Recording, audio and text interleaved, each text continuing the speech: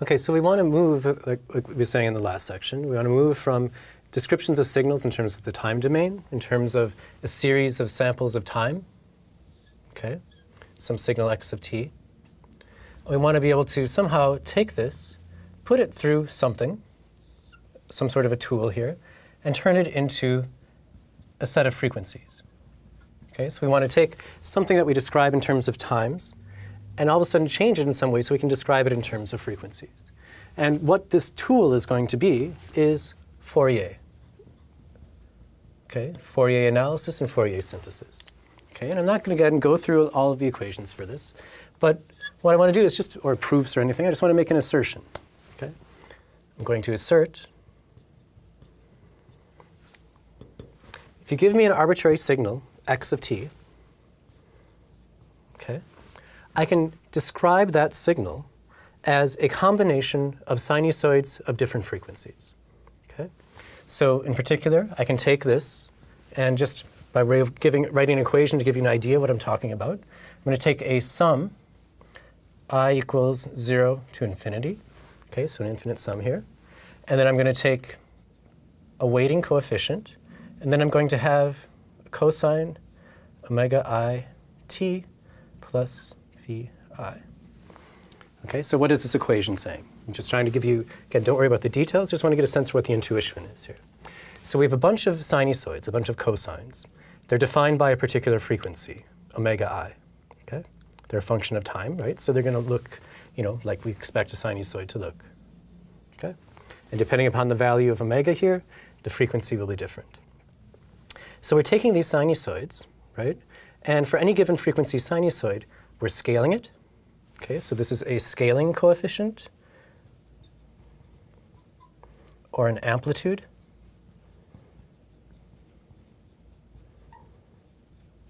Okay, so we're saying how much of the sinusoid do we want. And then we also have here a phase, okay, which depends upon the sinusoid we're talking about. And this essentially is kind of the timing, if you want. So the timing of this sinusoid, do we shift it by a little bit to the right? Do we shift it to the left? How do we align the different sinusoids relative to each other in this sum? So what this is saying is that I can take a series of different sinusoids of different frequencies, okay, going from very low frequencies to very high frequencies. Then I scale each of those sinusoids, and I shift it either to the left or to the right. And then I take each of those kind of weighted sinusoids, and then so this is at one frequency, and let's say for another frequency, for a slower one, it's actually very low. Okay, and then another frequency, a high one, let's say it's very high, very large scaling. Okay, so this is a small AI, this has medium AI, this is a very high AI, very high scaling coefficient. And then we've chosen particular shifts here given by the phase. And I can just take each of these sinusoids, an infinite number of them, okay, a very large number of them, add them together, take this plus this plus this plus this, and if I do it enough and I choose my coefficients correctly here, then it's going to create this signal. Okay, so I can take a signal and decompose it into a combination of these sinusoids. The process by which we do this is given by Fourier analysis. Okay, so we can think about Fourier kind of processes in general. So this is actually a Fourier synthesis equation.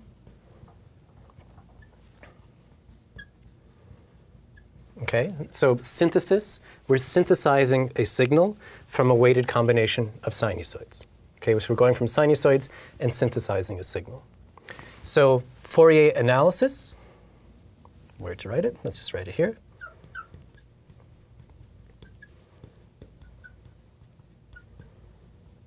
Okay, kind of does the converse. It says, given a signal, what are the values of A and the values of this phi here, okay, that allow us to describe the signal in terms of these sinusoids. So this gives us the sets of A's and phis that we have to describe our signal, okay? So Fourier is really this computational tool that lets us go from taking a signal in the time domain and then translating it into the frequency domain. And I encourage you to think about it, or at least I think about it in this way, about Fourier as being something like a translation between two different languages. Okay? We're going from a time domain language into a frequency domain language. The signal is exactly the same. It's still this signal here. All we're using is different words, okay, or different computational terms to describe it. You know, we can describe a board and a word in German. We can describe it in English. The word's still the same. That's a really bad example, but we can just use the board and talk about a board in two different languages. The board's still the same. We're just using different languages to describe it. Depending upon the language we use, we can highlight different aspects of our signal. Some aspects of our signal are going to be easier to look at in the time domain. Some aspects of our signal are going to be easier to look at in the frequency domain. They're complementary approaches. And what Fourier does, it lets us translate our signals back and forth between these domains using whichever language is easier to use to describe our signal, whichever language provides more insights to our signal. Okay? So what we're going to do next is kind of walk through the process of Fourier, doing something like this and trying to convince you that this assertion is actually true. Okay, so let's go take a look at that.